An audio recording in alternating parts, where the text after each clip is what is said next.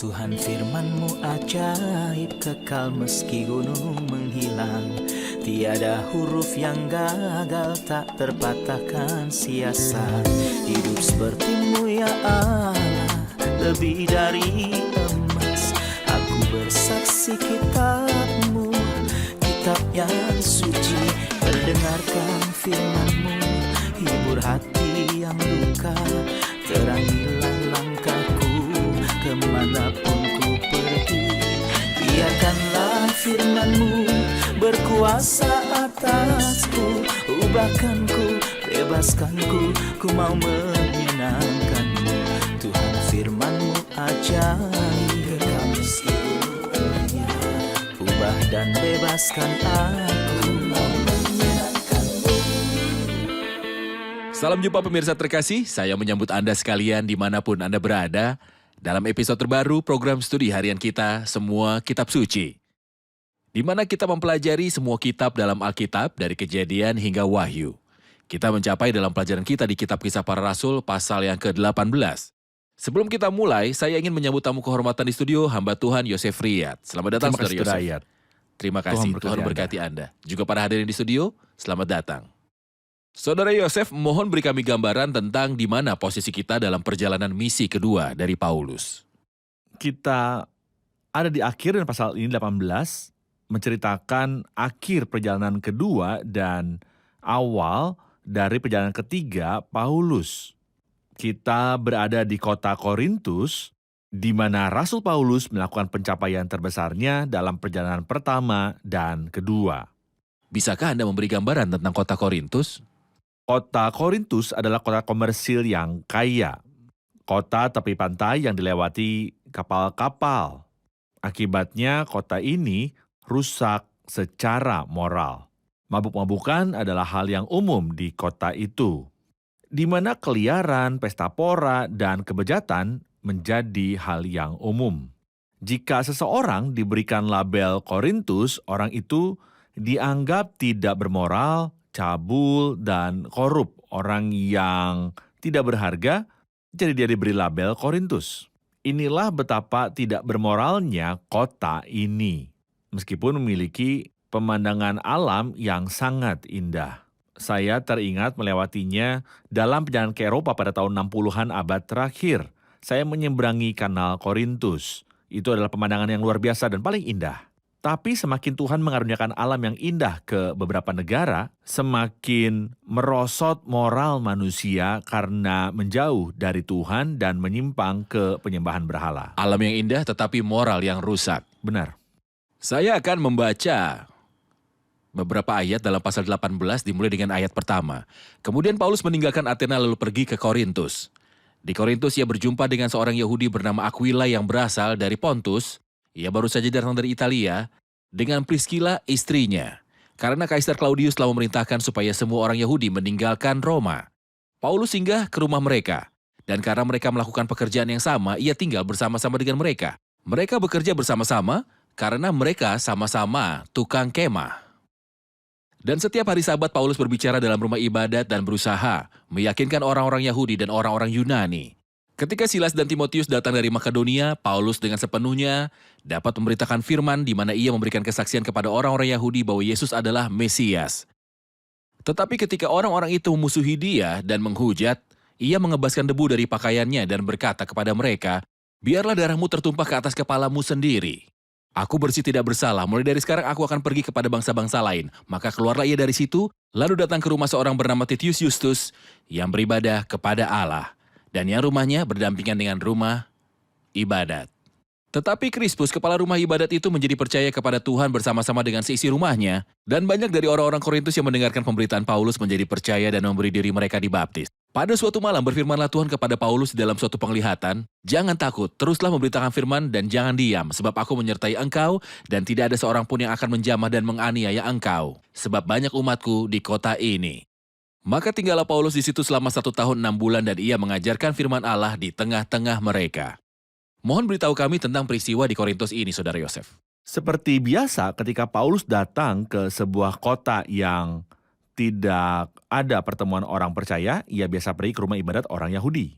Karena ia adalah orang Yahudi terdidik dan berpengalaman. Dan karena Kristus yang juga seorang Yahudi telah menggenapi semua nubuatan tentang dirinya. Oleh karena itu masuk akal bahwa Paulus akan menjangkau orang-orang Yahudi untuk meyakinkan mereka bahwa Yesus adalah Kristus, yang kematian dan kebangkitannya dibuktikan oleh nubuatan dalam perjanjian lama. Inilah yang dilakukan Paulus. Dia pergi ke sinagoga, di mana dia bertanya jawab setiap hari Sabat untuk membujuk orang Yahudi dan Yunani. Sayangnya, seperti kebiasaan mereka, orang-orang Yahudi menolak dan bersikeras untuk tidak menerima Injil. Sampai hari ini sebagai bangsa, mereka berada di bawah penghakiman dan dihukum kebutaan mereka masih bersikeras pada penolakan selain pada mereka yang tersisa, yang memperoleh keselamatan karena anugerah pemilihan. Namun bangsa ini terus-menerus menolak Kristus. Tidak heran bahwa di masa depan kesengsaraan besar akan menimpa mereka. Tapi Alkitab beritahu kita bahwa keberhasilan besar terjadi. Kiprus, kepala sinagoga itu sendiri percaya kepada Tuhan dengan seluruh keluarganya. Tentu saja pertobatan pemimpin ini kepada kekristenan mengguncang masyarakat Yahudi. Ini mengguncang masyarakat Yahudi. Dan sebagai hasilnya banyak orang Korintus bersemangat, percaya, dan dibaptis. Kemudian Tuhan menampakkan diri kepada Paulus dalam sebuah penglihatan. Pada suatu malam berkata, "Jangan takut, teruslah memberitakan firman dan jangan diam sebab banyak umatku di kota ini." Tentang Aquila dan Priscilla, pasangan yang muncul dalam kisah ini.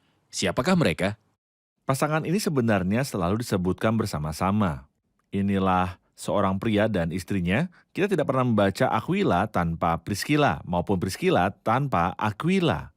Mereka dianggap sebagai salah satu pasangan terbaik di antara suami dan istri terbaik di seluruh Alkitab. Karena kadang kita menemukan pria dengan kondisi spiritual yang lebih tinggi daripada istrinya dan di lain waktu istri melebihi tingkat spiritual suaminya. Tapi di sini rupanya suami istri ini berbagi kuk dalam persekutuan yang penuh dan memiliki banyak persamaan. Oleh karena itu kita membaca dalam surat kepada orang Roma misalnya bahwa mereka berdua mempertaruhkan leher mereka untuk Rasul Paulus.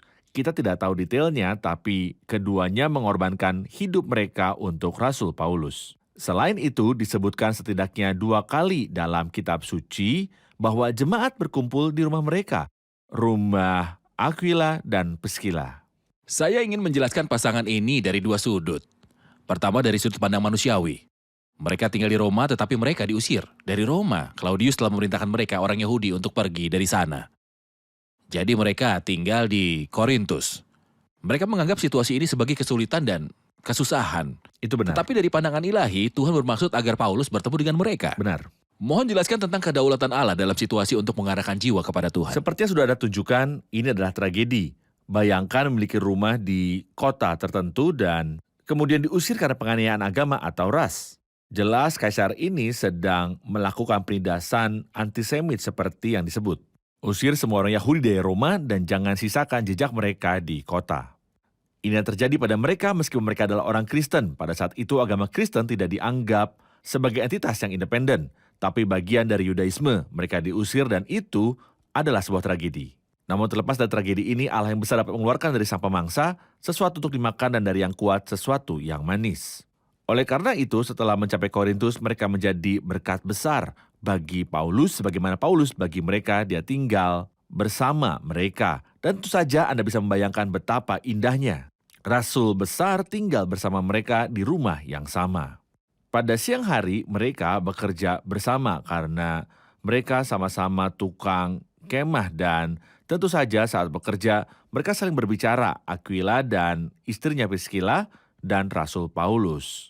Betapa mereka bertumbuh dalam kasih karunia sebagai akibat dari situasi mereka.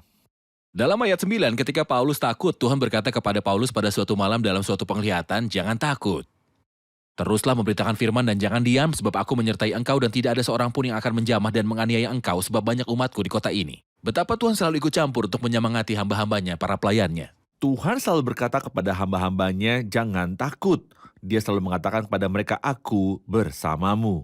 Ini yang terjadi di sini dengan Rasul Paulus. Dia mengatakan kepadanya, jangan takut. Dalam ayat 10, karena aku bersamamu, semua hamba Tuhan dari zaman ke zaman diberitahu pernyataan ini. Namun, Anda mungkin bertanya-tanya mengapa Tuhan menyuruh Paulus untuk tidak takut. Terdapat dua interpretasi. Jangan takut terlepas dari kejahatan dan korupsi kota ini. Bisakah mereka yang diselamatkan benar-benar diselamatkan? Jadi Tuhan berkata, jangan ragu dalam kesetiaan keselamatan mereka karena mereka benar-benar diselamatkan. Lalu Paulus mungkin takut akan kesuksesan besar, serta puas dan bersyukur kepada Tuhan untuk beberapa orang percaya ini. Terima kasih Tuhan, orang-orang ini cukup. Tapi Tuhan mendesaknya terus bersaksi mengharapkan hasil yang lebih besar, sebab banyak umatku di kota ini. Saya melihat prinsip pemilihan dalam frasa terakhir. Orang-orang ini adalah umat Tuhan sebelum percaya dan dikenal oleh Tuhan sebelum percaya. Teruslah memberitakan firman dan jangan diam, sebab banyak umatku di kota ini. Ini juga yang diungkapkan Paulus dalam Timotius kedua, pasal yang kedua. Karena itu aku sabar menanggung semuanya itu bagi orang-orang pilihan Allah supaya mereka juga mendapat keselamatan dalam Kristus Yesus dengan kemuliaan yang kekal. Mohon ceritakan tentang peristiwa berikutnya yang terjadi sebelum Galio, sang penguasa. Kami menganggap Galileo sebagai orang bijak. Beberapa memuji dia karena prinsipnya memisahkan agama dari negara dan adalah bijaksana dan benar ketika agama dipisahkan dari politik negara. Dan sebuah tragedi bila mencampur adukan negara dengan agama dan sebaliknya. Mencampur agama dengan dunia dan sebaliknya adalah sebuah tragedi. Bahwa umat Allah yang sejati yang sangat menderita dan bertahan selama berabad-abad. Tetapi orang ini berhikmat dan bijaksana. Ketika orang-orang Yahudi bersama-sama membawa Paulus ke pengadilan, menuduhnya orang ini membujuk orang untuk menyembah Tuhan yang bertentangan dengan hukum. Tanggapannya sangat brilian. Paulus hendak membuka mulutnya, tapi Galileo menjawab, "Hai orang-orang Yahudi, jika sekiranya dakwaanmu mengenai suatu pelanggaran atau kejahatan, sudah sepatutnya aku menerima perkaramu. Tapi kalau hal itu adalah perselisihan tentang perkataan atau nama atau hukum yang berlaku di antara kamu, maka hendaklah kamu sendiri mengurusnya. Aku tidak rela menjadi hakim atas perkara yang demikian. Ini tidak menarik minat kekaisaran Romawi, yang hanya peduli pada hukum, keadilan, dan kebenaran. Jika Kekaisaran Romawi diserang secara politik, maka kami akan melawan, tetapi saya tidak akan menjadi hakim dalam konflik agama Anda." Dengan demikian Galileo mengusir orang-orang Yahudi. Kisahnya berlanjut dari ayat 18, Paulus tinggal beberapa hari lagi di Korintus, lalu ia minta diri kepada saudara-saudara di situ dan berlayar ke Syria. Sesudah ia mencukur rambutnya di Kengkrea karena ia telah bernazar, Priskila dan Aquila menyertai dia. Kita rehat sejenak dan kembali untuk menjawab pertanyaan hadirin di studio. Pemirsa terkasih, kita akan bertemu kembali setelah rehat. Kuasa atasku, ubahkanku, bebaskanku, ku mau menyenangkanmu. Tuhan firman-Mu ajaib, kekal meskipun ubah dan bebaskan aku, mau menyenangkanmu. Kami kembali pemirsa terkasih untuk menjawab pertanyaan hadirin di studio. Silakan. Saya punya pertanyaan. Ya, Pertanyaan saya ada dalam ayat 18.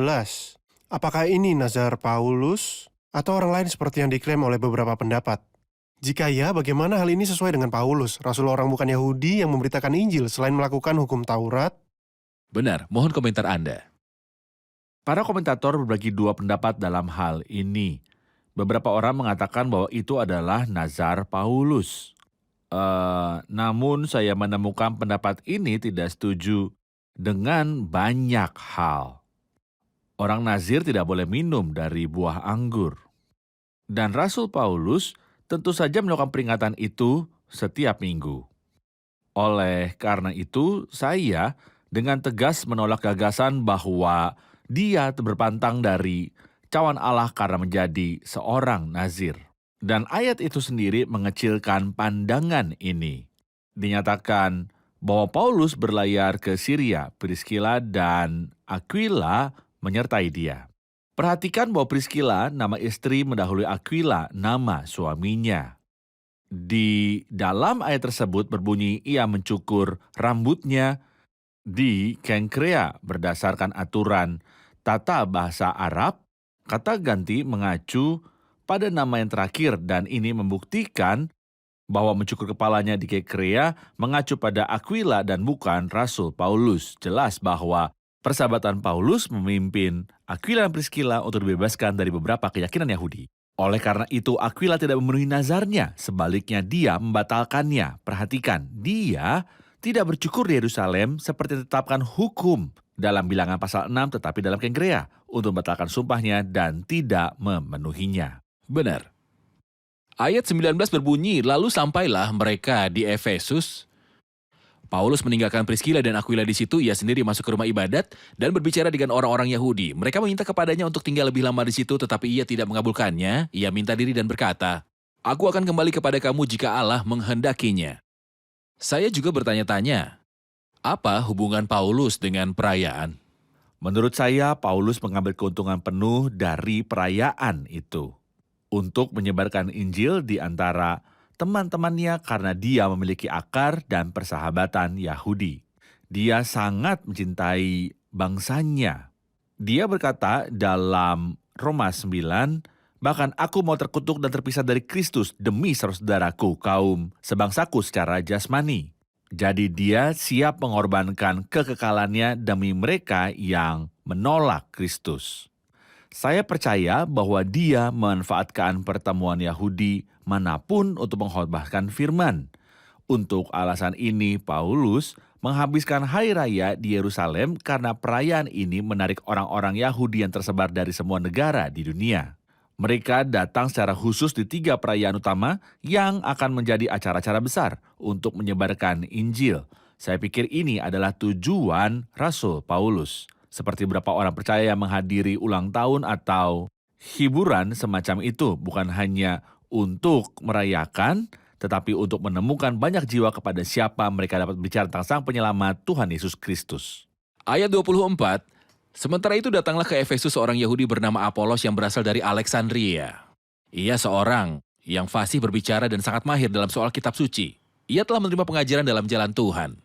Dengan bersemangat, ia berbicara dan dengan teliti ia mengajar tentang Yesus. Tetapi, ia hanya mengetahui baptisan Yohanes. Ia mulai mengajar dengan berani di rumah ibadat. Tetapi setelah Priscilla dan Aquila mendengarnya, mereka membawa dia ke rumah mereka. Dan dengan teliti menjelaskan kepadanya jalan Allah. Karena Apolos ingin menyeberang ke Akhaya, saudara-saudara di Efesus mengirim surat kepada murid-murid di situ supaya mereka menyambut dia. Setibanya di Akhaya, maka ia oleh kasih karunia Allah menjadi seorang yang sangat berguna bagi orang-orang yang percaya, sebab dengan tak jemu-jemunya ia membantah orang-orang Yahudi di muka umum dan membuktikan dari kitab suci bahwa Yesus adalah Mesias. Tokoh baru yang muncul setelah Priscilla dan Aquila, yaitu Apolos. Mohon ceritakan tentang dia. Apolos juga merupakan kepribadian yang luar biasa. Dia memiliki pengaruh yang sangat baik di Korintus sampai-sampai beberapa orang duniawi membentuk kelompok yang memanfaatkan namanya. Jika kepribadiannya tidak khas, orang-orang duniawi tidak akan berkumpul di sekelilingnya. Bahkan beberapa mengaku milik Paulus, yang lain milik Apolos, yang lain milik Kefas, dan juga yang lain milik Kristus. Dari deskripsi Apolos dalam Kisah Para Rasul yang ke-18, ia tampaknya adalah seorang pribadi yang terhormat, ramah, dan sangat fasih berbicara. Mampu menyampaikan pikiran bijaksana untuk mengucapkan perkataan yang tepat. Dan kompeten dalam kitab suci. Ini adalah sifat yang luar biasa untuk dapat berbicara dan meyakinkan bukan dari diri sendiri. Saya pikir Alkitab tidak melebih-lebihkan dengan mengatakan bahwa dia kompeten. Tidak. Dia pasti benar-benar Dia demikian. kompeten, itu benar. Dan dibimbing di jalan Tuhan. Jalan Tuhan adalah istilah yang sering ditemukan dalam Perjanjian Lama. Oleh karena itu dia diajar dalam pikiran dan jalan Tuhan. Kita baca bahwa Tuhan memberitahukan jalan-jalannya kepada Musa, tindakan-tindakannya kepada orang Israel. Dia tidak hanya mengetahui perbuatan Tuhan seperti semua orang.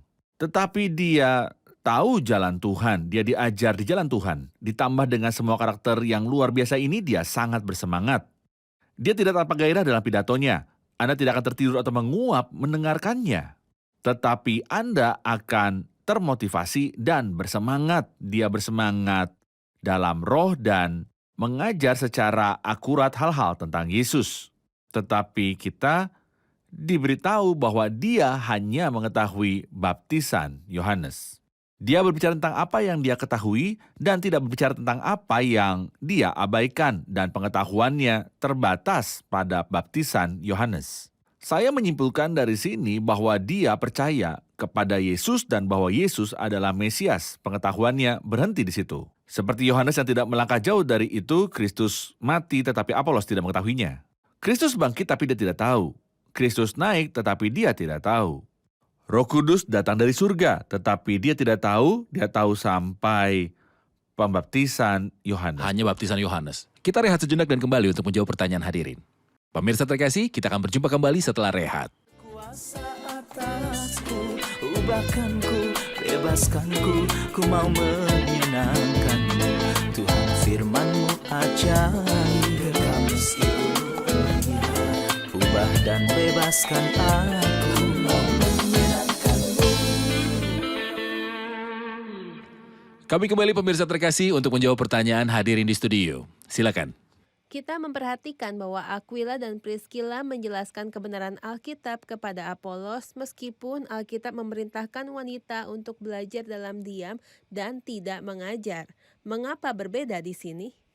Memang Saudara Yosef, kita butuh klarifikasi. Secara praktis, wanita memiliki peran penting dalam gereja Allah, tetapi tidak dalam pertemuan gereja. Ketika Paulus berbicara tentang wanita yang belajar dalam keheningan dan ketundukan, dia berbicara tentang pertemuan gereja. Perempuan harus berdiam diri dalam pertemuan-pertemuan jemaat. Dan tidak di luar gereja seperti berbagai pertemuan atau untuk para perempuan atau anak-anak di sekolah minggu selain pertemuan doa wanita. Kita membaca banyak wanita terhormat baik dalam perjanjian lama maupun dalam perjanjian baru. Kita membaca Hana dalam perjanjian lama dan Hana dalam perjanjian baru. Hana dalam perjanjian lama berdoa dan meminta Samuel dan Tuhan memberinya seorang putra yang menjadi berkat bagi umat Tuhan karena doanya dari wanita yang berbudi luhur ini. Hana, sang nabiah dalam perjanjian baru, tidak berangkat dari bait Allah, melainkan dengan puasa dan doa siang dan malam. Saya melihat bahwa saudari ini bisa menjadi alasan berkat yang besar bagi umat Tuhan melalui doanya. Selain memberkati hamba Tuhan yang hebat seperti Apolos ketika mereka tidak tahu atau tidak yakin tentang bagian-bagian dari kitab suci. Kelihatannya Priscilla memiliki tingkat kerohanian yang cukup tinggi. Sepertinya dia dan Aquila suaminya mengundang Apolos untuk makan malam setelah pertemuan sinagoga di mana dia berbicara. Dari baptisan Yohanes, Alkitab memberitahu kita bahwa mereka membawanya dan dengan teliti menjelaskan kepadanya jalan Allah. Jadi dia kompeten dan memiliki pengetahuan yang akurat. Tetapi seperti yang dia sebutkan, sebelumnya pengetahuannya terbatas, jadi mereka menjelaskan lebih lanjut. Saya pikir adalah peran yang baik agar wanita berdoa secara pribadi, membesarkan anak-anak, menjadi berkat dalam pertemuan para wanita dalam pelayanan pribadi dan di rumah. Bahkan mengajar para hamba Tuhan yang bersemangat dalam roh dan mengenal firman dengan teliti. Sekedar melengkapi materi ini agar pemahamannya menjadi jelas, jika ditanya tentang peran Febe dalam pelayanan gereja Kenkrea, apakah pelayan gereja berarti mengajar di gereja? Tidak, istilah pelayan gereja digunakan di sana sebagai istilah yang sama yang digunakan untuk membahas tentang Marta ketika melayani. Marta melayani tetapi tidak berkhotbah. Dia aktif melakukan banyak pelayanan. Saya percaya ada banyak pelayanan di gereja selain berkhotbah. Kita akan keliru jika kita membatasi pelayanan pada pemberitaan. Ada banyak pelayanan yang saudari ini dapat lakukan bagi orang percaya. Febe bukan pelayan di gereja, tetapi seorang pelayan gereja artinya dia melayani semua orang percaya dengan satu atau lain cara. Satu klarifikasi terakhir tentang pekerjaan pembuatan tenda Paulus. Bagaimana mungkin seorang hamba Allah menyia-nyiakan waktunya dan disibukkan dengan pekerjaan sekuler? Meskipun Paulus dikarakterisasi dengan pekerjaan ini hanya disebutkan di kota Korintus yang kaya dan komersil, sehingga para saudara atau orang-orang tidak akan berpikir bahwa melayani Tuhan berarti menghasilkan uang. Seolah-olah dia berkata, saya bekerja untuk bisa hidup melayani Tuhan bukan untuk menghasilkan uang. Saya bekerja sebagai pembuat tenda untuk mencari nafkah. Pelayanan saya kepada Tuhan tidak ada hubungannya dengan menghasilkan uang. Karena Korintus sangat komersial dan orang-orang dapat dengan mudah berpikir bahwa Paulus menghasilkan uang dari orang kaya dan pejabat kota. Tidak, Paulus sama sekali menolak hadiah apapun dari Korintus yang dia rasa belum dewasa untuk ditawari pelayanan. Paulus bermaksud untuk membuktikan bahwa melayani Tuhan bukan untuk mencari nafkah. Menjaga integritas pelayanan. Tepat, Benar. benar. Beri kami nasihat terakhir untuk para pemuda yang menyelesaikan gelar sarjananya dan merasakan dorongan untuk terlibat dalam pelayanan. Mohon, jelaskan kebutuhan untuk terlibat dalam kehidupan praktis dalam pelatihan. Tentu saja, Tuhan tidak memanggil orang yang menganggur. Ketika kita membaca tentang semua orang yang dipanggil Tuhan, baik dalam perjanjian lama atau perjanjian baru, mereka sedang bekerja. Gideon sedang mengirik gandum, Elisa sedang membajak dengan lembu di depannya. Petrus sedang memancing, Yohanes sedang memperbaiki jaring. Semua bekerja. Matius sedang berada di loket pajak tempat Tuhan memanggilnya. Ini bukan masalah melayani Tuhan karena saya tidak mencari pekerjaan. Tidak semua. Saya harus mempunyai pekerjaan lebih dulu, kemudian Tuhan memanggil saya untuk meninggalkan pekerjaan. Ya, pada saat itu saya akan meninggalkannya bahkan jika itu menghasilkan banyak uang. Melayani Tuhan lebih terhormat, tetapi bukan untuk mencari nafkah. Baik, terima kasih Saudara Tuhan Yosef. berkati Anda. Mari rangkum bersama hadirin di studio. Bisakah seseorang memberitahu kami tentang peran Aquila dan Priscilla, khususnya Priscilla dalam menjelaskan kebenaran Alkitabiah kepada Apolos, dan bagaimana hal itu sesuai dengan peran wanita di gereja? Wanita tidak memiliki peran mengajar di gereja, tetapi di luar di gereja, dia dapat memiliki peran yang membangun seperti terlibat dalam pelayanan pribadi. Dan di gereja, dia dapat melayani dalam banyak cara, seperti doa yang dapat menjadi berkat di mana-mana. Mengasuh anak-anak di rumah dan di sekolah minggu. Dia bisa terlibat dalam banyak pelayanan untuk memenuhi kebutuhan, selama itu bukan pelayanan pengajaran di dalam gereja. Bisakah Anda memberi kami gambaran tentang Apolos, kepribadian yang diperkenalkan dalam pasal ini? Apolos adalah seorang Yahudi yang berasal dari Alexandria. Dia fasih, kompeten, dan mengajar dengan semangat dan penuh akurasi. Oleh karena itu, ia berpengaruh di antara kaumnya. Dia fasih dalam kitab-kitab dan memahami jalan dan pikiran Tuhan.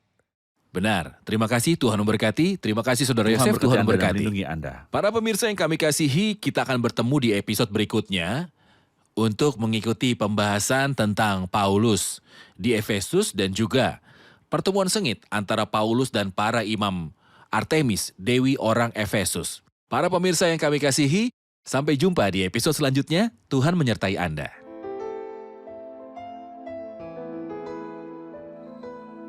Tuhan firman-Mu ajaib, kekal meski gunung menghilang.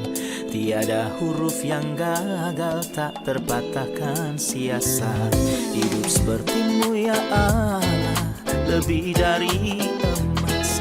Aku bersaksi kitab-Mu, kitab yang suci. Mendengarkan firman-Mu, hibur hati yang luka. Terangilah langkahku kemanapun ku pergi. Biarkanlah firman-Mu berkuasa atasku. Ubahkanku, bebaskanku, ku mau menyenangkan-Mu. Tuhan firman-Mu ajaib, kekal meski ubah dan bebaskan aku.